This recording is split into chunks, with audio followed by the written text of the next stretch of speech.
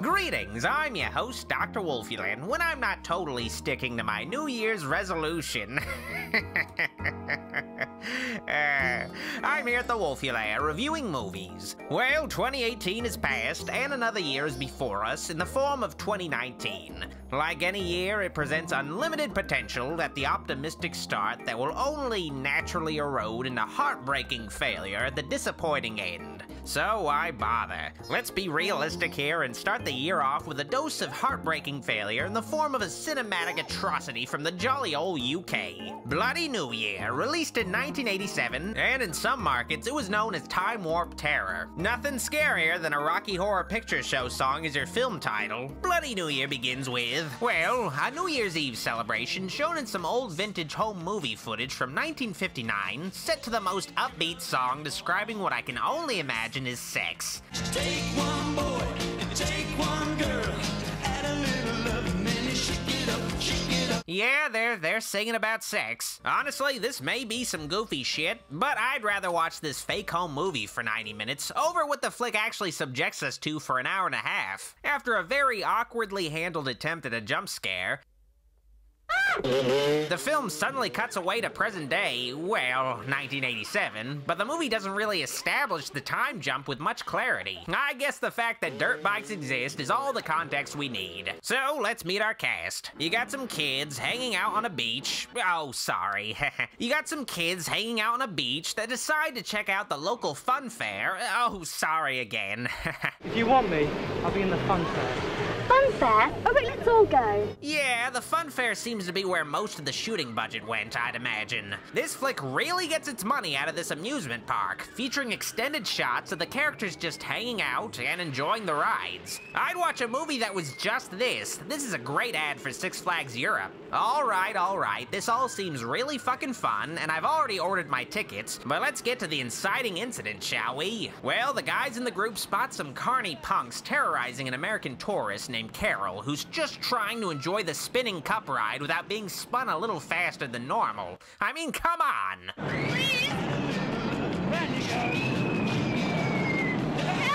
The boys intervene and whisk Carol away from the brutish Brits with teeth even worse than them, and the carnies proceed to chase the kids throughout the park. Seriously, being British and a carny must be a heinous mix when it comes to dentistry. Or maybe they just cancel each other out, I don't know. So the boys grab their two other bitches from the gypsy tent who are getting their fortunes read or some stupid shit, and the gang gets the hell out of there. Speaking of that gypsy... well, maybe that's a shrill scream of joy. The group continues to be pursued by the carnies. Man, carnival folk are persistent. Maybe the first thing the boys should do before going into the haunted house ride where they can easily be cornered is just to leave the park, but whatever. They have to show all of the rides in the park, that's part of the contract. Fortunately, entirely off camera, the gang manages to hijack a car towing a boat that was stored inside the haunted house ride. I don't know why a boat was being stored inside a haunted house ride. I guess that's insider information. Boy, this sure is a wacky British chase. The only thing missing is the Betty Hill theme. Unfortunately, though, the Benny Hill estate would not clear the rights. They just would not budge. So after the hijinks at the old fun fair, the gang finds themselves at sea on their stolen boat, which soon capsizes. This is why you don't steal carny boats. Well, the group of Brits and that one American chick wind up stranded on a remote island that they blindly wander around, and apparently, this island is dangerous. Yeah, we saw the fucking sign the first time. Luckily, the group of young adults finds a hotel nearby. The Grand Island Hotel. Jesus Christ, I've seen Ramada Inns that look grander than this dump. Hey, I wonder where they keep the mistletoe. Look, Look, you guys can stand around soaking wet if you want to, but I want to get warm and dry, now. So, of course, upon entering this eerie, empty building located on a remote island, the gang splits up and looks for clues. Just unabashedly Scooby-Doo. Bloody New Year is clearly a low-budget 80s horror flick, but a supernatural horror flick to boot, made in the UK on a shoestring budget. Have you ever seen the effects in an episode of Doctor Who? I'm pretty sure in one episode the TARDIS was just a stick of butter spray-painted blue, so you can only imagine the kind of effects work put into a fucking horror movie in the land across the pond. Bloody New Year relies on the bog-standard supernatural fare, but awkwardly shot and in broad daylight. Yeah, this horror movie takes place entirely during the day, so the basic scares are even less effective. Tired shit is implemented around the hotel, like a spooky dude briefly seen in a window, or a ghost maid that disappears. This is some American Horror Story shit. The flick also makes the most of its string budget with pages flipping, or record players closing, or a vacuum that moves on its own. Ooh. No joke, I shit my pants when they showed the shot of the swing swinging by itself. No, it's all right. Just imagine the PA off camera who has to push the swing and then run away so they can get the shot. Jesus. Of course, at the end of the day, you can't put a price on the value of an actress just pretending to be trapped in a ghost net. Please stop, just get it off my face, please! So it's clear this is a haunted hotel, but it's also clear that very little effort is put into establishing this. There's absolutely no suspense or sense of danger in this flick. The first clear glimpse of a ghost is some chick watching a couple make out while crying. I guess the idea of being dead and not being able to get laid is kinda scary. Occasionally, Bloody New Year gets ambitious with its paranormal activity by having weird shit happen on the hotel grounds, like fireworks going off in the basement or a blizzard blowing through an open door. Wow, it looks like Lindsay Lohan sneezing. But the blizzard just sorta stops abruptly. Like the haunting just isn't a very serious threat at all. Janet at one point also gets stuck in quicksand, which she also quickly gets out of. That was slightly inconvenient. The nearest thing to real danger that the characters come close to is Rick almost falling off a cliff after blindly walking through a door, but this can mostly be blamed on him being a total dipshit. I got him! I got him! Bloody New Year mostly just leaves shit to the imagination, and the most ridiculous example of all is Rick and Janet being chased by what seems to be invisible studio audience laughter. Yeah, I guess it's supposed to be Ghosts of the Conga Line seen at the beginning of the film, but that doesn't make this shoddy ripoff of Evil Dead's Invisible Force any scarier, especially when it sounds like a Will and Grace laugh track chase scored by a Casio drum demo beat. The hotel itself doesn't conjure much dread either. It just looks like a poorly lit home belonging to a crew member's parents that the director borrowed for a weekend and just threw a whole bunch of Christmas shit all over the place. The cast that Bloody New Year subjects us to is no better than the horror itself, and doesn't make things any more tolerable. They're supposed to be teenagers, but they look like they should be cashing in their social security checks. And ever since I was 4, I've been listening to your rotten jokes, and they don't improve with age. The characters have the kind of faces you'd find in Elder Scrolls Oblivion with the worst 80s haircuts ever. Tom himself here looks like Trapper John's bastard son. Though, beneath the surface, these teenagers have all the charisma and sexuality you'd expect from a British film character. I wonder what it's like doing it on a snooker table. Wow, that is some erotic British dialogue right there. But really, the characters are all dicks and really stupid too. Do you think this place really is a madhouse, Rick? Don't be stupid, Jen. It takes them way too long to get suspicious of this obviously haunted hotel, even after all the weird shit that happened within 10 minutes of them getting there. Before I move on with what little plot there is to talk about, let me talk a bit about the music. Oh boy, well, the actual score of Bloody New Year is your basic uninspired horror music. The problem with it is how misused it is. Sometimes the music will totally drown out the dialogue in a scene. Sometimes scenes that could use some suspenseful music are left starkly silent for an extended period of time, and anytime a piano plays, you just have to trust that something apparently happened. Let's talk about the soundtrack, shall we? Well, it's supposed to be late 50s era songs, but the music provided by the band Cry No More, who actually appears in the film as Ghost, does not sound 50s at all, and I can only assume the singer in the band is the director's nephew or something. Despite the queer name of the band, Cry No More's songs are heavily featured in this horror flick, but you better get used to the opening theme, Recipe for Romance, because Bloody New Year plays that shit over and over. That's a recipe for romance. That's a recipe for romance. Listening to this song is not a recipe for romance, it's a recipe for divorce. Okay, spoiler time. If you really care, which I doubt, skip to this time code. Eventually, the specters on the island arbitrarily become more overt and violent. The gang watches a movie playing in the hotel's theater called Fiend Without a Face, which, incidentally, is another thing I'd rather watch, and suddenly some home movies start to play. While Spud, a somehow greasier-looking Johnny Depp, offers a hilarious commentary on the footage. Oh, hula hoop, is it? I can do that as well. Do you want to see me do it? Right, here I go.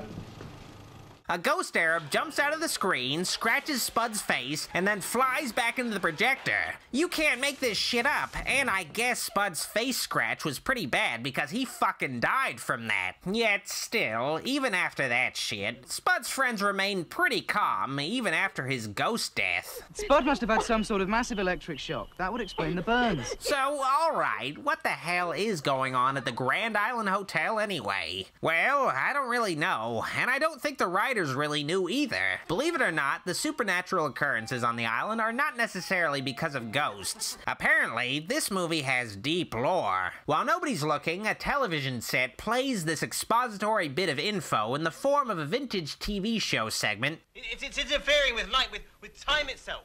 Playing God. Very, very dangerous. You see, apparently there was some kind of time machine thing that was on a plane that crashed on the island on New Year's Eve, 1959, and, the occupants of the hotel were trapped in some kind of ghostly time warp purgatory. Rick and Carol even find the crash site of the time plane that looks like a set from MASH, and the duo runs into the spectral pilot of the plane who blows up, I guess. Man, Lost ripped this movie off with this convoluted island bullshit. Only thing missing is a fucking polar bear. The most mystifying thing of all, though, is that the carnies still managed to track the teens down on the island, spinning those chains threateningly. Who's running the carnival right now?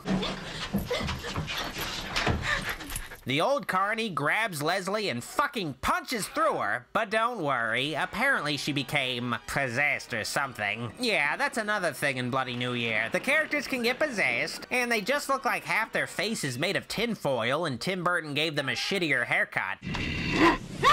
Oh shit, Annette, her only weakness. Honestly, the carnies are the scariest thing in this fucking movie because that dude just somersaults through the fucking second-story window. What, did he have a hang glider or something? Fortunately, possessed Leslie mostly just wipes out the pesky carnies, but eventually turns her sights to a restrained Janet. Rick shows up at the nick of time, however, with a rifle, and opens fire, and I guess Leslie's stomach farted or something. Despite the delayed reaction, Leslie still dies, it seems, and Rick cuts off her arm, which looks like it's made of cotton candy. Rick and Carol head out in search of the other carny boat, the one that the carnies used to get there, and leave a defenseless Janet alone with an incapacitated Tom, but don't worry, Janet barricaded the door. Then we'll get through this door in a hurry. Yeah, a few lamps will totally protect you from ghosts and possession, you fucking idiot. So, of course, Tom becomes possessed, and he just sounds like when you talk into a desk fan. So he gets the best girls. Oh no. No, not you too. Spooky. Tom chases Janet into an elevator and gets his arm caught in the door, and the elevator goes up, taking his arm with it. I guess the possessed just die from losing an arm. Really easy. Rick and Carol return to the hotel after finding the other carny boat that they're going to steal. Janet is caught by arms sticking through the elevator's wall that looks like it's made out of cellophane spray-painted gray, taking Janet into, well, whatever the hell's behind that elevator. No! The hotel starts to spaz out, represented by the PAs throwing shit at the actors, and instead of just going outside, the two survivors find themselves down at the hotel's auditorium, where a ghost shows up and literally has a monologue flat out explaining the convoluted time travel plane backstory because it really just doesn't make any sense, even when you have a ghost explain it beat by beat and leave nothing open to interpretation. There was an experiment that went terribly wrong. The government, in their wisdom, sent up a plane on New Year's Eve. A plane carrying a device that could change the structure of time and matter. This device could shatter time itself. And the pilot crashed the plane. Here on Grand Island, and locked us in time forever. Okay. After that embarrassing bit of screenwriting cowardice, Carol and Rick find themselves cornered by all the possessed teens and carnies in a room with flashing rave lights and all the smoke that the budget would allow. Luckily, the two survivors take a ride on a magic snooker table. And I guess it's supposed to mirror the funfair beginning of the film.